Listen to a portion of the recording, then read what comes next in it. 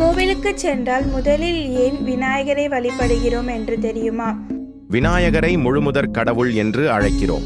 எந்த ஒரு காரியத்தை தொடங்குவதற்கு முன்பும் விநாயகரை வழிபட்டால் அந்த காரியம் தங்குதடையின்றி வெற்றிகரமாக முடியும். விநாயகர் ஞானம், வெற்றி மற்றும் தடைகளை நீக்கும் கடவுளாக கருதப்படுகிறார். எனவே நாம் எந்த ஒரு தெய்வத்தை வழிபடுவதற்கு முன்பும் நம்முடைய மனம், உடல் மற்றும் ஆன்மாவில் உள்ள தடைகளை அவர் நீக்க வேண்டும் என்று அவரை முதலில் வேண்டுகிறோம். சிவன், விஷ்ணு, பிரம்மா ஆகிய கடவுள்களாலேயே விநாயகர் வணங்கப்பட்டதாக புராணங்கள் கூறுகின்றன. பிரம்மாவை படைப்பு கடவுள் என்று சொன்னாலும் படைப்பதற்கு தேவையான ஞானத்தை விநாயகரிடம் இருந்தே அவர் பெற்றதாக கூறப்படுகிறது.